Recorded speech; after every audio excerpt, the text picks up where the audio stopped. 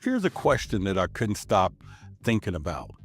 If shapeshifters were real, where would they hide? So, a while back, I came across this strange idea, something that sounded completely ridiculous at first. The claim was that shapeshifters were beings that were capable of changing their appearance and they could be living right among us. Now, I know what you're thinking. It sounds like a bad sci-fi movie, right? But the more I thought about it, the more it started to make some uncomfortable kind of sense. If you had the ability to blend in, to look like anyone, where would you go? You wouldn't hide in the shadows. That's not where the power is. No, you'll probably go so that you can influence the most people. You'll become probably a celebrity, maybe a billionaire CEO, a world leader, maybe even royalty. Now, these are the people we admire, follow, and trust, people who shape our culture and control our systems. But what if that trust is misplaced? What if the most influential people in the world aren't who they appear to be? What if there's something else? That's where this theory takes a darker turn. It's not just about shapeshifters blending in, but according to some, these beings aren't here to help humanity. They're here to control us. They manipulate us, they keep us distracted, and here's the most unsettling part, they use us. They don't even need us for labor or resources. They need us for something deeper, our energy, our emotions, even our conscious itself. It sounds wild, I know, but when I started digging deeper into the stories, the myths, the symbols, the ancient texts, and what I found was unsettling because there was tales of advanced beings guiding humanity, beings with reptilian features like elongated skulls and scaly skins and piercing eyes. Now, I want you to take the Anunnaki, for example. Now, these ancient figures were said to have shaped early civilization, altering humanity's course for their mysterious purpose. Were they gods, or could they have been something darker? It made me wonder how much the world is really ours. And if there's a hidden force shaping humanity, how far does this influence go? Because ancient myths are one thing, but old tales carved in stone, symbols painted on walls, the real question is, could these beings still be here today, hidden in plain sight? And if they are, what are they planning?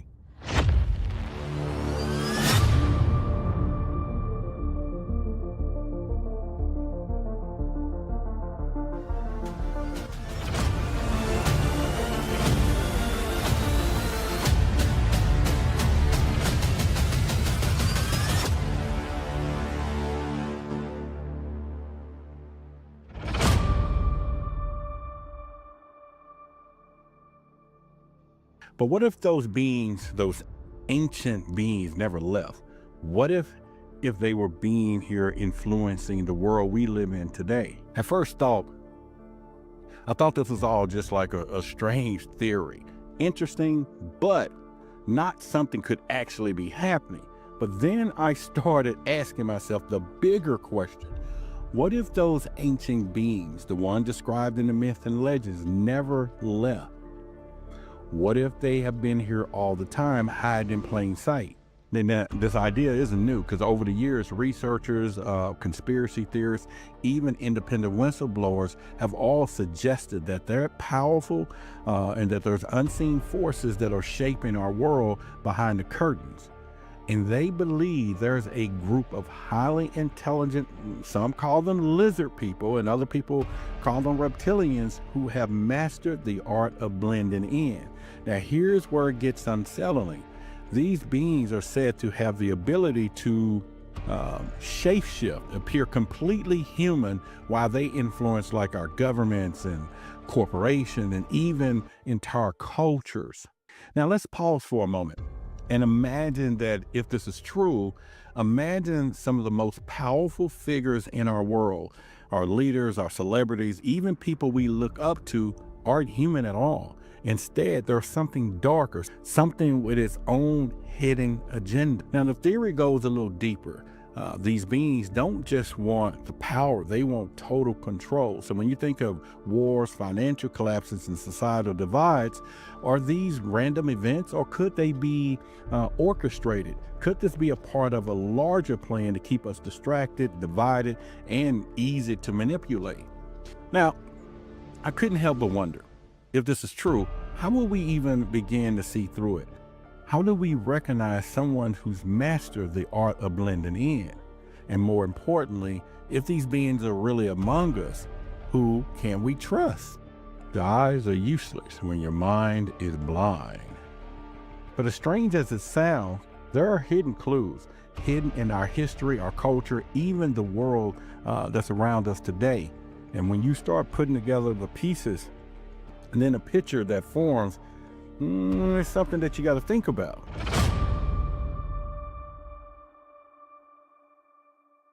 If this hidden influence exists, wouldn't there be signs? Could there be clues that we missed all along? Now, this is where things get, I would say, strange. Because once I started looking into the theory, I began noticing a series of odd, seemingly disconnected clues. Now, at first, I was like, well, it's like coincidence, right? Easily explained away.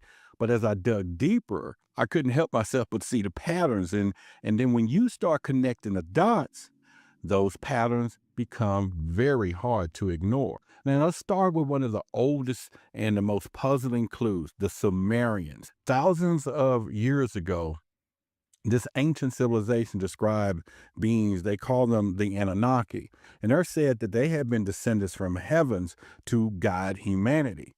Now, these wasn't just wise leaders or priests. They were something else entirely. Now, some accounts even describe them being like serpent-like features or elongated skulls, reptilian skin, piercing eyes. Now, could these gods have been early visitors, being here with their own agenda for humanity? And here's where it gets even stranger. Let's kind of fast forward to today. There is a term that you might have heard of called blue blood elites. Now, for centuries, the royal families and the political dynasties have claimed the divine right to rule. But what if this idea isn't just symbolic? Now, there's a lot of researchers believe that bloodlines have worked to preserve something more than just power, something genetic.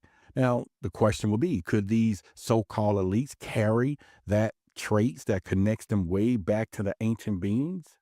Then you have the rare sightings. You hear this all the time, rare and fleeting, but eerily consistent. People have reported seeing individuals, sometimes high profile ones, whose eyes have like suddenly shift, and then who faces who seem to monetarily like distort. Now, most of them, they can be like, okay, these was like tricks of light or some type of optic illusion, even hallucination. But what if they wasn't? And what if those brief moments were seeing the shapeshifter facades kind of slip, like they having some kind of mechanical dysfunction? Maybe. Finally, we got to consider symbolism. Throughout history, serpent-like imagery shows up over and over in art, architects, and religious texts. In many cultures, the serpents represent wisdom or power. But what if it's more than that? Now, could these symbols be like subtle reminders of a presence that's been with us all along, hiding in plain sight? Take that hall in the Vatican, Snake Hall. Think about it. Now, maybe one of these clues on its own, you can probably dismiss. But when you start like putting the pieces together, they form a huge picture that's hard to ignore. And now the other question, well, could all of this ancient myth, these secretive bloodlines, strange sightings, and recurring symbols point to something even bigger? And if these clues really point to a hidden force, it begs the question, what are their goals? Why would they go to so much lengths to manipulate and control humanity?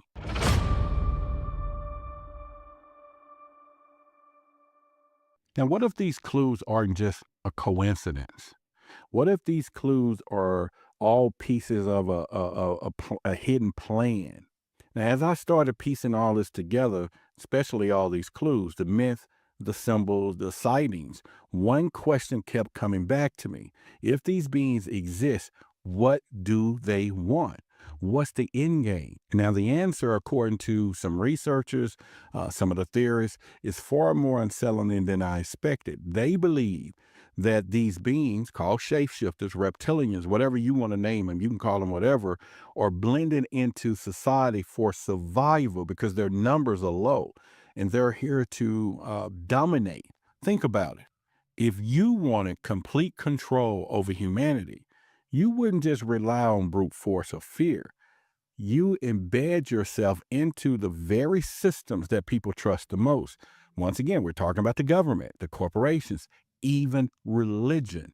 You're steering humanity within shaping every aspect of society, from the way it works to the way we think to the way we live our lives. They're going to make sure everything fits their purpose. And here's where it gets darker. Some of the scientists suggest that it's not about control, it's about energy. Yeah, they believe that they thrive on negative human emotions. We're talking about fear, anger, despair.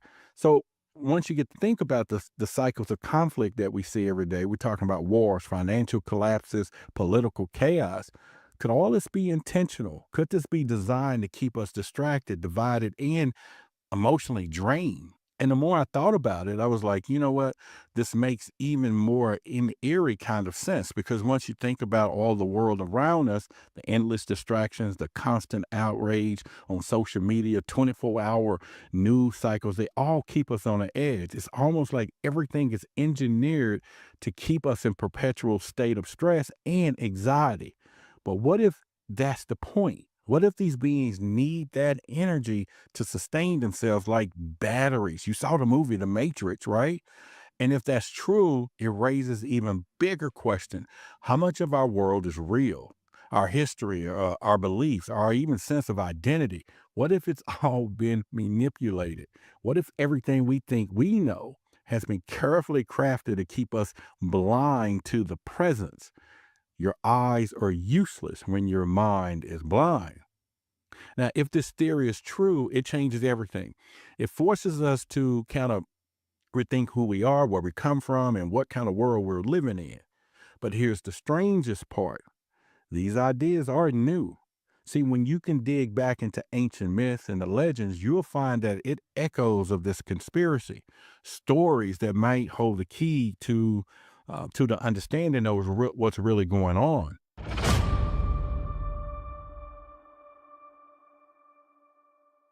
So what if these stories we've grown up with, like these myths, these legends, even religious tales, are more than just stories? What if they're actually warning? As I dug deeper, I kept coming across like some of the same stories, like myth, legends, religious texts. Now, these tales was like everywhere. And at first I thought maybe they're just some cultural symbols or metaphors. But then I started to wonder, what if these stories or something more? What if these stories were fragments of a much larger truth, hence that was left behind by our ancestors to warn us? Now, you got to take the serpent in the Garden of Eden, for example. The story goes that the serpent tempts humanity in triggering the fall from paradise. Remember, most people see the serpent as a symbol of evil and deception. But what if it's more than that? What if the serpent represents something real, a reptilian being, one whose own agenda is manipulating humanity from the very beginning? And it's not just Christianity. Across cultures, serpent like features appear again and again. Often they're associated with immense power, wisdom, and mystery. In Hinduism, there's the Naga serpent, deities who live like underground, who was feared and revered at the same time. In the ancient Chinese mythology, dragons are the most powerful, wise, and often guard hidden knowledge. And in Mesoamerica, there's Quetzalcoatl, if I pronounced that correct, the feathered serpent, a godlike to both creation and destruction. Now, it made me think about it. Could all of these serpent like beings be connected? And could they be different interpretations of the same entity or species? And then you go, what if they weren't just symbols or metaphors, but glimpses of something our ancestors actually saw? And then there's the idea of royal bloodlines. from centuries. We're talking about kings and queens claim a divine right to rule, tracing their lineages back to gods and otherworldly beings. But what if that wasn't just propaganda? Now, some theories suggest that these royal bloodlines was actually preserving reptilian traits that they passed down through their generations to maintain power and influence. Now, me being a UFO investigator, even modern UFO sightings start to make sense in this context. While many reports describe aliens and small humanoid beings, there are a lot of accounts of entities that look like reptilians. Now, the question would be, could these sightings be moments when these beings decide to reveal their true form, even briefly? And here's the most unsettling thought. What if the myths, these bloodlines, these sightings, and the symbols all point to the same thing? A hidden presence that's been with us since the beginning, watching, guiding, shaping humanity for whatever reason we can't fully understand. It's easy to dismiss these stories as ancient imagination or coincidence, but when you look at them through the lens, then they start to feel like the pieces of a puzzle that's been waiting for us to solve. And legends can only take us so far. So, what's happening right now today might give us more what I call the clearest evidence of it all.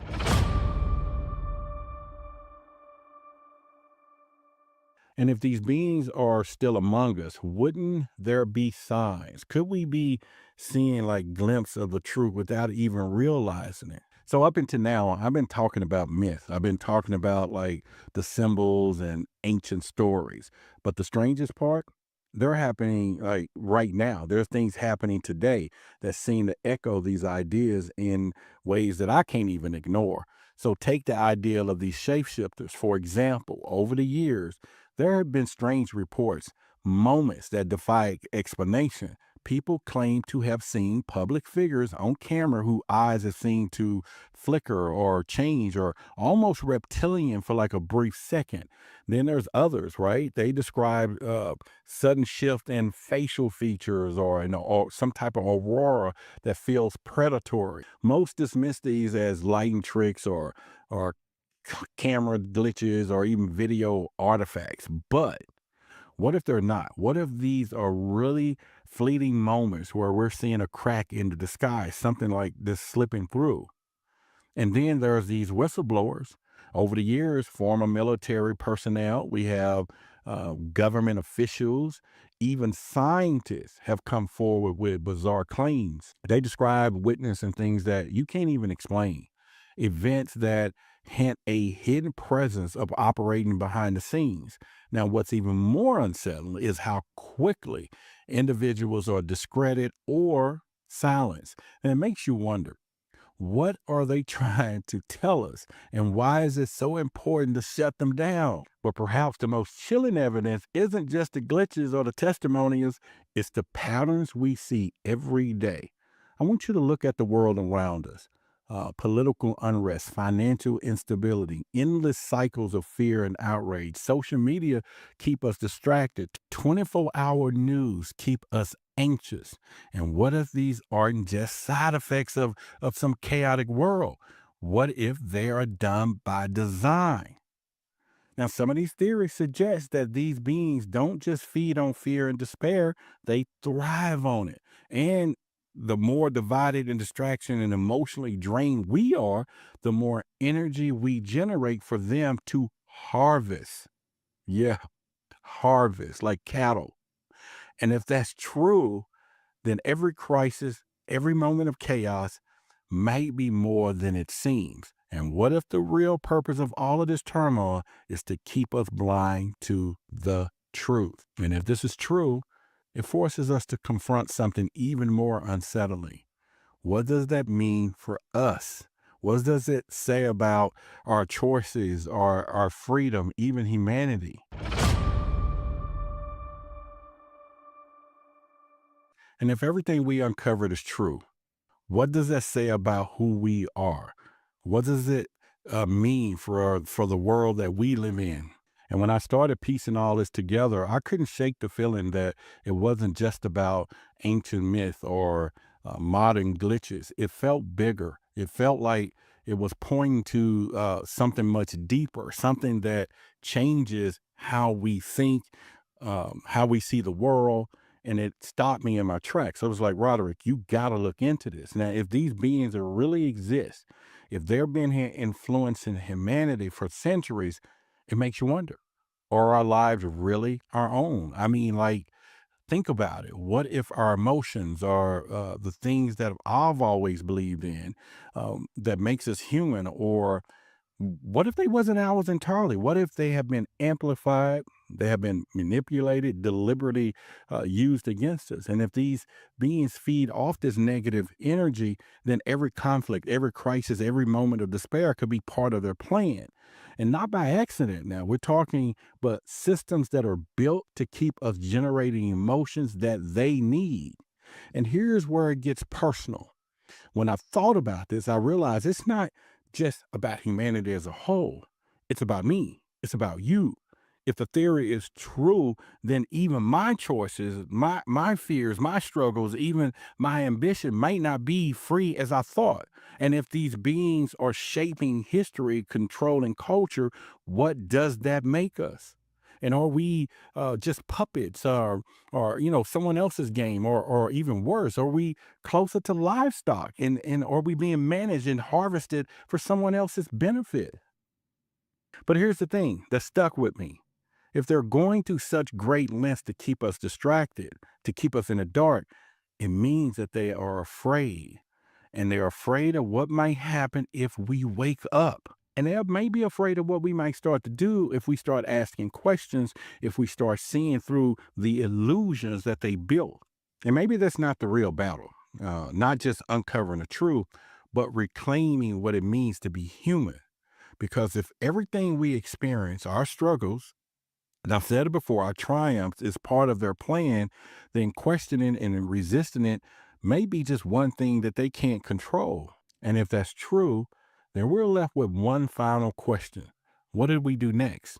How do we begin to uncover the truth?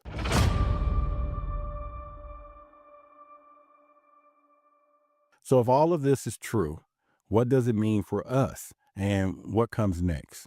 And at this point, I'll be honest, I don't have all the answers. This is just a theory, but it's massive, it's complex, and honestly unsettling. And every time, I think I've reached to the end, another question pops up. And the truth is, I don't know how deep this rabbit hole goes. I really don't. That's why I created truth versus authority. But what I do know is that these ideas, these clues, they've been staring us in the face for centuries. And for ancient myth to modern day phenomena, the patterns are there. The question is, are we willing to see them for what they are? It's easy to dismiss all of this as just another conspiracy theory. It's comforting, isn't it? To believe that the world is exactly what it seems, that everything is random, that we're in control. But what if we're not? What if the systems that we trust the most, the government, the corporations, the people in power, aren't working for us at all? And what if they're working for something else? Your eyes are useless when your mind is blind. And here's where I keep coming back to. Even if a fraction of this is true, it changes everything. Not just about our world, but about us, who we are, why are we here, what's been kept hidden from us. And that's what keeps me going. I don't have all the pieces yet, but I'm going to keep going. I'm going to keep looking, and I'm going to keep asking the hard question. I'm going to keep following the clues and challenging what I've been told and what we've been told to believe, because the more I dig, the more I'm convinced the answers are out there. And maybe we're closer to finding out more than what we realized. So I'm just going to leave you with this. What if the world you see isn't the world that exists? And what if there's something bigger, something hidden just beneath the surface, waiting for us to uncover? I'll keep searching for the truth. And when I find out, you'll be the first to know. And if you like more videos like this, make sure you subscribe to the channel. Turn on those alerts. Now, I want you to go check out the truth behind the Eisenhower story. This is the video you see up here, and check it out, because this is something that's really probably set a lot of stuff in motion when the truth was beginning to be blocked. So check out that video. You will not be disappointed. Until the next video, I'm Roderick Martin, Truth versus Authority. I want to thank everybody who's got your copy of the Book of Sacred Secrets. I've been getting incredible reviews on people and how this has been helping people today. This is something that you must have in your arsenal. This book is going to be life-changing for you. It's a downloadable copy, so you'll be able to print it up, print a sheet up, or whatever you want. Study it, take it to work, give it to someone. It may be some in particular information, but this is something that you need in your arsenal. Go to the website. The link is right here in the description. It's also in the video as well. You got to get your copy of the Book of Sacred Secrets. And once again, it supports the community. True information is from the cosmos, from infinite consciousness that you need to learn and you need to have in your arsenal. I want to thank you guys for watching the video. Support the channel, and I look to see you on the next video. And don't forget, again, search for Roderick Martin. Come over to the YouTube channel so we can keep getting this information out. Thank you very much.